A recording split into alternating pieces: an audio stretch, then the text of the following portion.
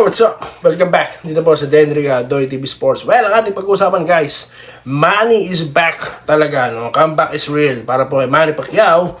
Okay, at pag-usapan ulit natin ang inyong mga komentaryo through shoutout, okay? Bago po yan, ako po yung nagpapasalamat. 16,000 na po ang Doy TV Sports. Napakalakas ng signal. At sa mga nagpa-follow sa Facebook natin guys, ako po maraming salamat ha. Meron na tayong 334. Marami na po yan. Maraming salamat po. Sa mga gusto pa po, huwag po kayong mahihiya follow na. Okay, mabilisan. Dumating na po sa Los Angeles ang pambansang kamao, Manny Pacquiao. Ayan.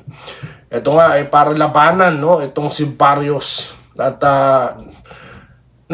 pinag-usapan or tinanong siya about age gap. Tinawanan lang, yes. Okay, at talagang kumpiyansado na talagang mananalo itong ating pambansang kamao. At dahil dyan, tayo po may boxing content. Alam nyo naman guys, sabi ko sa inyo most of the content of this channel is featuring Manny Pacquiao. Kasi guys, manalo matalo si Manny, nandun gaganahan ka talagang manood. Kasi nga po, gusto niya talaga show. Hindi po katulad na ibang mga boxer, sorry, pero hindi po ako na-entertain. Yung iba naman po, ina-hype, Pag naman matataas na level na, talo naman. Kaya hindi na lang ako magko-cover. Kasi hindi naman po talaga ako, talagang nagfa-follow, sa career ng mga wala rin kasi akong oras, Siguro kung full-time na tayo, pwede po yun, Pero pagka mga ganito lamang, hindi po ba? Sabi ko naman sa inyo guys, itong ating channel is by hobby lang, okay? So, ayan.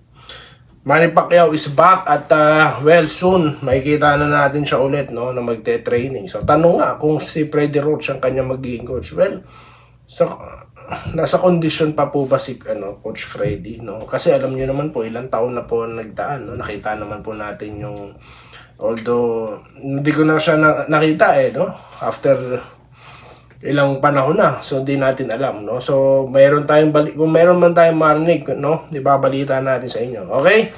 Pero of course, Buboy Fernandez pa rin, Yan ang ating sigurado diyan, okay? At tinanong din itong si Pacquiao about Canelo at itong mag-move ng weight na si Crawford, si Bud Crawford.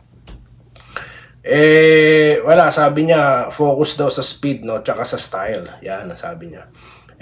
Alam niyo naman po kasi pagdating sa pagtataas ng weight classes, wala nang expert kay Manny Pacquiao, pero yun yung from flyweight, bantamweight, naging super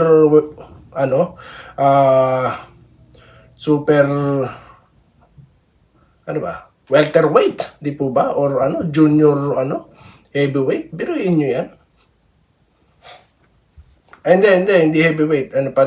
Basta, super welterweight, sa pagkakalam ko. Ang katumbas din ata nun parang nasa, yung sumunod po sa welterweight, So, yan po ang mga pinagdaanan ng pambansang kamao. Okay, shoutout na po tayo, guys.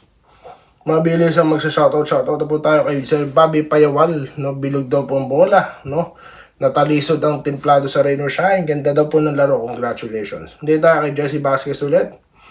Ibang klase mag-coach si Engiao, pinatalsik lahat ng player. Pinapasok, sorry. Okay, kaya nakapagpahinga ang mga starters. Hello, sabi po ni Yengbo Tiagen, Musta, shoutout sa Baguio. Nakaakyat na po tayo ng Baguio, ha? So, ayan. From, nasa Baguio na po tayo. Biruin nyo yan. Okay, paakyat na po tayo ng paakyat. Meron po ba tayo sa mga taga Mindanao, Kasi nasa Cebu meron na tayo si Sir Asani Senior, mga taga Mindanao dyan, comment na po. Okay, so yan lang muna guys at ako'y alis magbibiyahe, Isi-share ko sa inyo ang aking pupuntahan na naman, okay? So magkita-kita tayo sa mga susunod na video content, Mabilisan lang dito sa Denriga Doy TV Sports. Muli, maraming salamat sa inyong panonood. Salamat po sa panonood. Subscribe na para sa mga susunod na basketball at boxing videos.